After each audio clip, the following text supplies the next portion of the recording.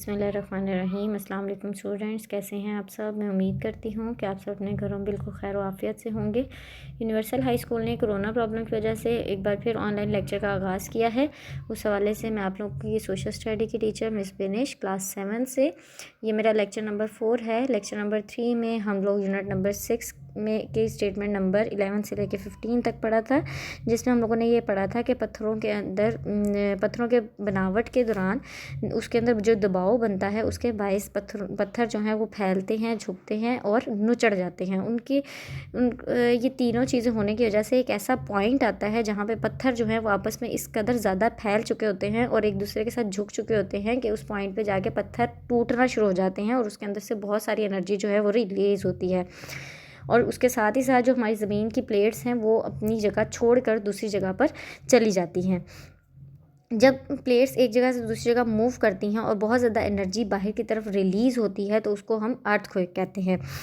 अब जब प्लेट्स जब अर्थक्वेक होता है तो हमारी ज़मीन के ऊपर बहुत बड़े बड़े जो है इस दबाव की वजह से बहुत बड़े बड़े शगाफ बन जाते हैं और जो वो एरिया जहाँ पे पत्थर जो होते हैं वो टूटे हुए होते हैं वहाँ से लावा जो है वो बाहर की तरफ निकल आता है, जिसकी वजह से हम माउंटेन एरियाज़ के अलावा हमारे जो बरे आज़म और समंदर हमारी सतह ज़मीन पर मौजूद हैं वो भी उनकी प्लेट्स के अंदर भी काफ़ी ज़्यादा चेंजिंग्स आती हैं।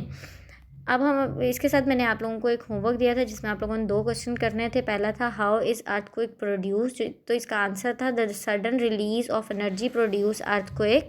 नंबर 7 क्वेश्चन था what happen when the rock stress reaches to the point where energy is releases. When stress, इसका आंसर था when stress reaches a points where energy must be release the rock breaks and the plates move into the new positions।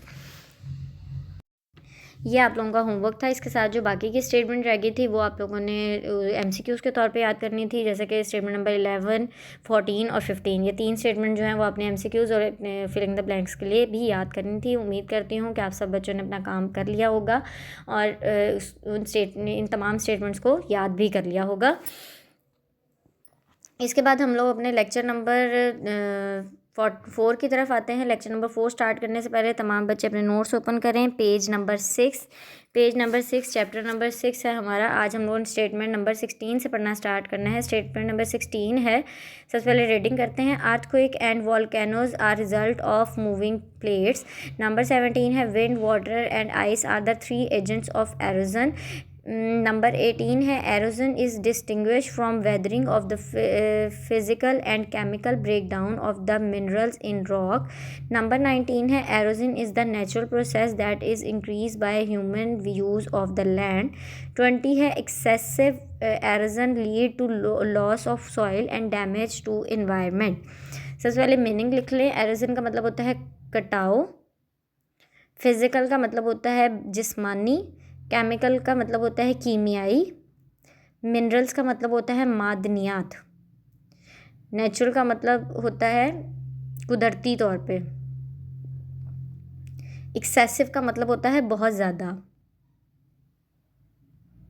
अच्छा जी, number 16 है earthquake and volcanoes are result of moving plates. हमारी ज़मीन के ऊपर 2 चीज़ें जो मौजूद हैं, अर्थक्वेक ज़लज़ले और आतिशफ़शानी जो होती है वो हमारी ज़मीन के अंदर मौजूद प्लेट्स की हरकत करने की वजह से होती हैं।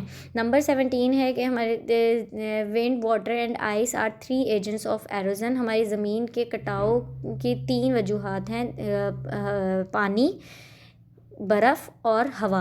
ये 3 एजेंट्स हैं जो कि हमारी ज़मीन में कटाव का बाइस बनते हैं।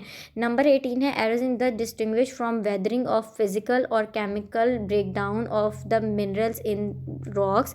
अगर हम ज़मीन के कटाव को ज़ाहिर करना चाहें तो वो हमारी ज़मीन के अंदर मौजूद पत्थरों में मादनियात के मौसमी, जिस्मानी और कीमियाई चेंजिंग्स की वजह से या तोड़ फोड़ की वजह से हमें नज़र आते हैं। यानी कि हमारा एरोजन जो है वो हम बेसिकली हमारी ज़मीन के अंदर होने वाले जो मौसमी, जिस्मानी और कीमियाई ब्रेकडाउन यानी कि कटाव की वजह से, तोड़ फोड़ की वजह से, जो हमारी रॉक के अंदर तोड़ फोड़ होती है उसकी वजह से हमें नज़र आता है। नंबर 16 है erosion is the natural process that is increase by human use of the land. हमारी ज़मीन का कटाव जो है वो एक कुदरती अमल है जो कि जैसे जैसे हम इंसान जो है ज़मीन को इस्तेमाल करते रहते हैं, जैसे जैसे हमारा इस्तेमाल बढ़ता जाता है वैसे ही हम ज़मीन का कटाव है वो भी बढ़ता जाता है। नंबर 20 है excessive erosion lead to loss of soil and damage to environment, यानी कि ज़मीन का बहुत ज़्यादा कटाव जो है वो हमारी ज़मीन की मिट्टी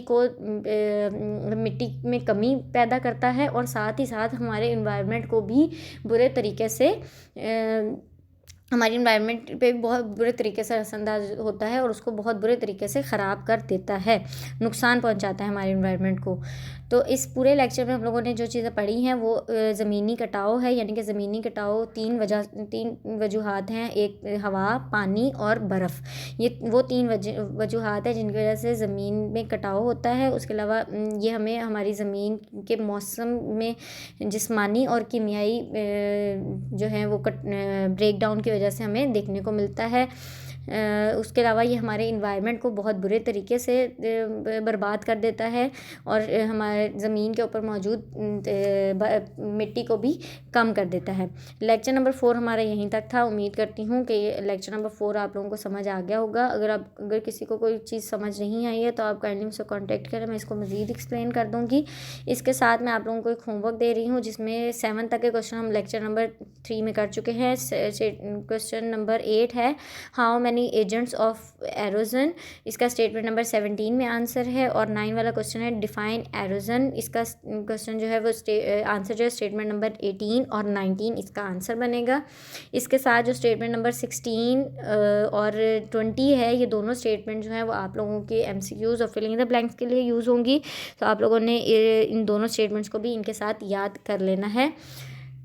इंशाल्लाह लेक्चर नंबर 5 में हम लोग यूनिट नंबर 6 की स्टेटमेंट नंबर 21 से लेकर 25 तक पढ़ेंगे। अल्लाह पाक आपको और आपके घर वालों को अपने हिफ्ज़-ओ-अमान में रखे। अल्लाह हाफ़िज़।